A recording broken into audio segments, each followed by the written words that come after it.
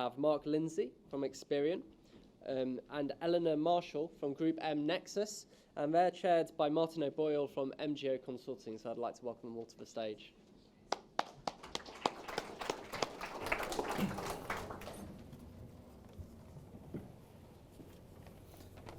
So thank you for joining us today. We've had some really good sessions talking specifically about measurement and AI. We're going to talk in this session more about how we activate and how we use data for targeting. So we're going to look at the question of mass reach versus audience targeting and what's more effective and how effective is targeting actually for advertisers. So I've got two brilliant experts who Sam's already introduced, Ellie and Mark from GroupM Nexus and Experian. So I'm just going to jump straight in.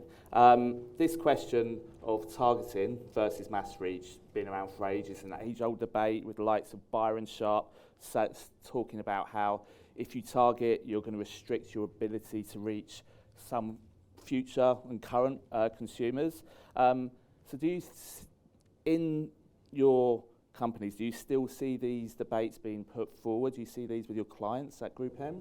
Sure. I think what we see now necessarily isn't a binary question of do I target or do I scale. It's much more nuanced than that now. And basically what clients want to be able to achieve is a data-driven way of having a smart and scalable execution.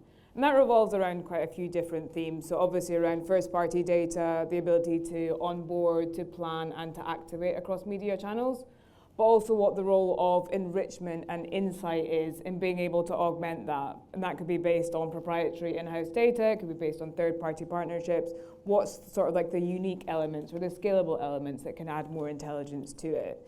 But I think there's also, again, it's not kind of like a rigid approach to buying a segment or buying scale, but we're finding clients are much more sort of like customized and dynamic in the way that they think about media execution. So it's not sort of like one or the other, but I think a much more kind of diverse approach, a more fluid approach, but also a smarter approach too.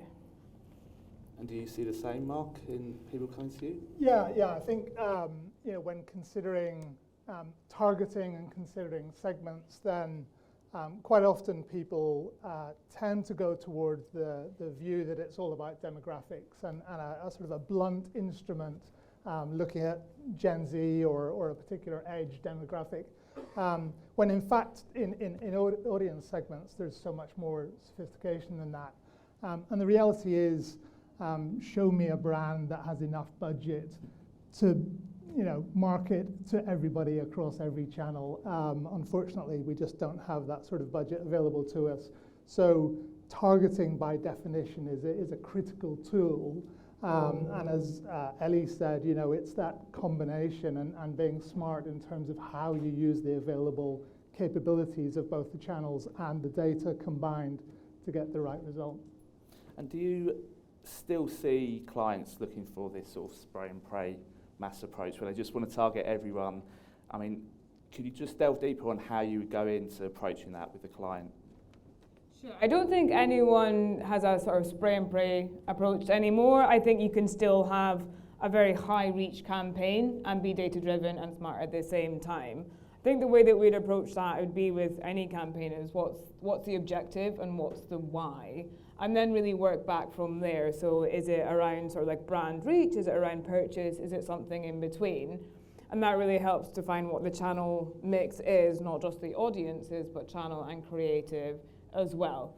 So that could be a combination of the kind of the big broadcast things with the more tactical as well. But again, it's just kind of going back to what do you want to achieve? Why do you want to reach everybody?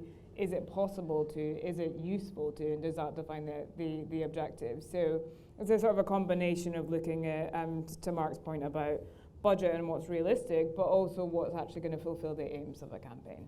Cool. And so you mentioned things such as third-party data and using that and generating insights, not just the activation. There's been sort of a lot of a downer on third-party data over the last few years, particularly with the deprecation of cookies. Is third-party data still relevant today, or do advertisers need some sort of level of first-party data to really sort of build the most effective targeting plan? Sure. Not sure if you want to start on this one. I might have an opinion on this, I think, perhaps. Yeah, I mean, there's no doubt that first-party data has tremendous value, and clearly many brands, many organizations investing time and effort on pulling together first-party data. However, first-party data does have its challenges. Frequently, there's not enough of it, and when you're looking for scale, then the size and availability of first-party data is often a restriction. Secondly, first-party data only really tells you about the people that have already engaged with you and have already trusted you with their data. So there's a skew in that. And then the third bit is, in today's regulated environment, then have you collected that data with sufficient transparency and permissions, etc., to use the data in the way that you want? So taking all of those into consideration, then third-party data can really address that. So third-party data typically has scale. It will typically talk about the whole marketplace, your customers, your prospects, and beyond. Also, third-party data can be absolutely, typically because it is collected by organizations that specialize in it, will be collected with the right transparency and diligence against that. So we're definitely seeing third-party play a really important role. And also, because of the theme of this is data and measurement, one of the nice things about third-party data is it can play a role not just on activation, but also in the planning and the measurement, so the full life cycle of your campaigns. Excellent. And so basically a mix is ideal, ultimately. Absolutely. Yeah, I mean, and in reality, doesn't this only really affect digital channels? I mean, there's lots of first and third party data available on digital channels. How do we amplify this to be able to move into more traditional media such as TV and the other dinosaurs? Sure, I think it's definitely relevant across all channels, and there isn't really an absolute split between traditional and digital anymore. You think about TV, audio, outdoor, print, everyone has sort of like a digital version and a traditional version as well. So the main sort of challenge here or ask here is to think about how to apply first-party person-level data across other channels in a way that are reflective of the way in which they're activated against. And that's something that both within Experian but also within Nexus as well, is where we're really focusing on geography and geokeys as a way for activating data. Not only does it kind of give an identifier that's relevant across all channels, it's also a very privacy-first way of reaching audiences. It's scalable, and it sort of manages that balance between still reaching audiences and being data-driven and people-first, but being reflective of the way in which that media is delivered. And do you see, from your point of view at Experian, do you see clever activations that sort of enable traditional channels as well? Yeah, absolutely. I love the concept that maybe using third-party data and audiences came from the world of digital, but it might have predated a little bit, and sometimes we forget what we already knew about the skill of using data for audience targeting. But to Ellie's point, absolutely, one of the almost advantages of the depletion of third-party cookies is that organizations are recognizing that data sets can be used across channels, so that you can use the same data set in different channels and get that consistency, which of course helps your planning, but it also helps your measurement as well. And just to give an example, in the financial services world, with the regulation, consumer duty, and things like that, then you don't always want to promote your products to everybody. You're actually required to control who you promote and who you advertise to, getting the right product promoted to the right individual. So you can create with third-party data, and we work with organizations to actually suppress audiences that wouldn't be appropriate for a given product and for a given service, and then apply that across all channels. So yeah, we're seeing real benefits of that cross-channel approach. And obviously within certain media, as they become more digital, we see lots of opportunities such as addressable TV, which will be a huge part for yourselves at Nexus. Do you see other, I'm still banging on about this traditional media piece, but do you see other opportunities which you feel are underutilised at the moment? Within the data space or the channel space? Within the channel space, where there probably are opportunities to utilise these data solutions. Yeah, absolutely. I think across addressable TV, across outdoor and audio, everything that's kind of is related to space and time when it comes to consumer consumption, I think are really key opportunities. And again, kind of like speaking to the reasons in which you use those channels, it's very much kind of like in a broadcast way, it's a creative way as well. So again, it ties with the being able to have a scalable campaign that's sort of like the one to few, the one to many approach that isn't necessarily down the hyper-personalization route, that you're able to have creative messaging that's relevant to that channel, while also being able to use geo-based, third-party based ways of actually being targeted in that delivery. Great. I mean, look, so there's a lot of opportunity there, and we probably need to utilise it more. Bring it back to digital, and that's where there's obviously huge opportunity anyway. The reality is, lots of advertisers are not just looking at a local market, looking at multi-market, and digital doesn't really care about borders or anything like that. How do you manage that, and how can you get to? Do you think it's possible to get to an effective regional, multi-regional campaign using an audience segment, given the fact that there's different laws and different abilities to use data in different countries?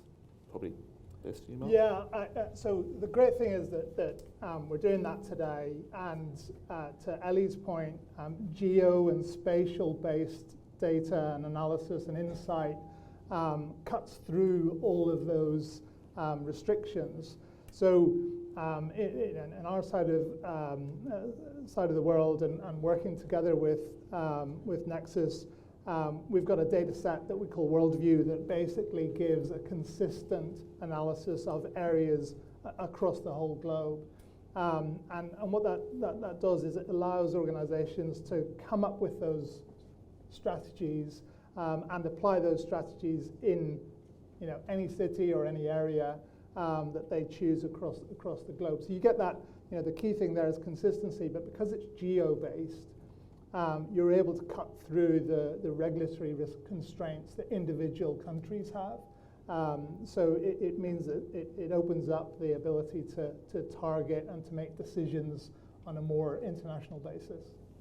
And sort of keeping in with the themes that we've seen earlier about measuring and seeing how effective they are, I'm assuming obviously this is more effective. Can you give examples where employing these sorts of data strategies have been far more effective for? I'm sort of leading you with the question there, aren't I? Sure. Yes, it always works. No, I think the main thing is again to tie it back to the reasons why you're using the data, what the objectives were. So things around third-party data, the Experian activations are focused more on sort of the geo-based, the broader audience segments. So again, kind of having measurement that's reflective of that. So did it change sentiment? Did it drive further engagement or awareness? In a similar way to the utilization of first-party and third-party in targeting, the same is true of measurement as well. So perhaps we wouldn't try up a purely geo-based targeting approach with did somebody make a single purchase in store. But absolutely when it comes to the objectives or the reasons for using those media, we can absolutely prove out the value of that targeting versus others. It makes a sort of interesting debate about the incremental value of having perhaps like the purest first-party data or digital data that's very small, not particularly scalable. It might perform the highest, but it's really still quite a small segment overall that's driven. So it's one to sort of weigh up in terms of overall value.